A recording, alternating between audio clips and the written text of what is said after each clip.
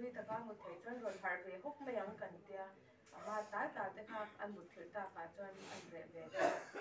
mà sẽ dar card chân về cha or abu ti kan aron har lai ka ma ai khanin abuaya avaya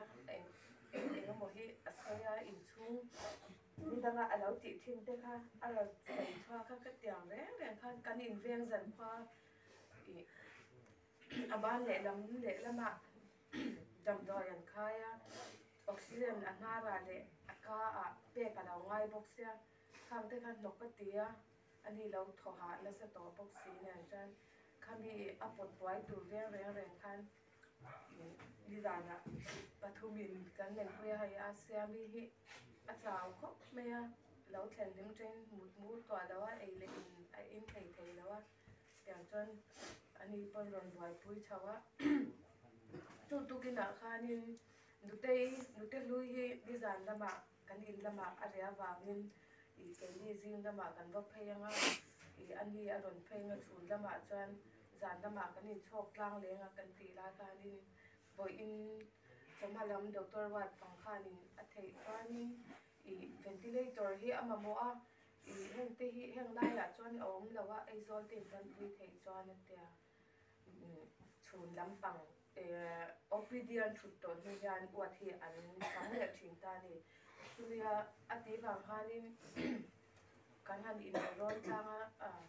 aizol lam panga kala chutianga tem tia lo ziaw chau te chanin pan chau mai la kan ti ni taya khanin in atangin dam doi chu pan phei le a ASEAN min lon phone ba ni khami kan pan phei ka aizol kal chau tum ri ru pu chuan ni kan phei ni ta chuan kan phei kha nurse tiang te he refer te kan du a chu in ange a condition he chu chian kan du a enge kan chu eng po theng the ni a tiang kan lo in da chwa mo tanga kal kong la ka te po hai sat na kan tok te a kan tia chunga chuanin nurse roi turang te po kha min biak fel sak vek to ni ma se ama hi min check sak le sim ula kong motor khwal khwa kal le tu te kan ni awangin ti khan ka han ge na kan gen na min ti ro ti sakin min han check sak ma se ta chuanin oxygen level ka lo yam te em ma ta khani dar chu chon dar bukle chan ge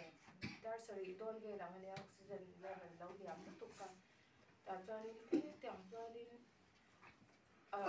kal pui chi lawang an tia chuanin amar bp han check tu kha amu thei te reng lo me a ama chuan bp kha asang ani an kilaman lo thlen chang lim chuan oxygen level po kha ala pa ngaya tin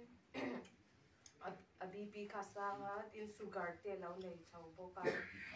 tiang kha ni bain te lama chuan doctor khan sugar te chu tak sa chau lot tu pang te po om thei ne hai chu tia lau thon om ka pasang tu ni la ve ti khana sei thawa chuan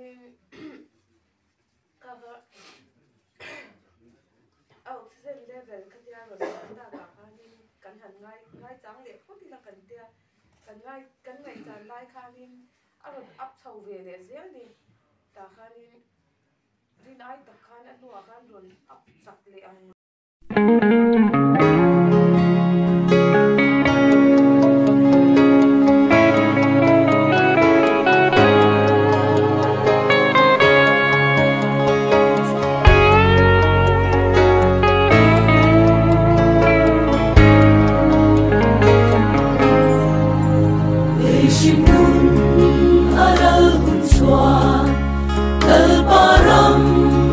Kan lengang, o veli kan ngai tolo.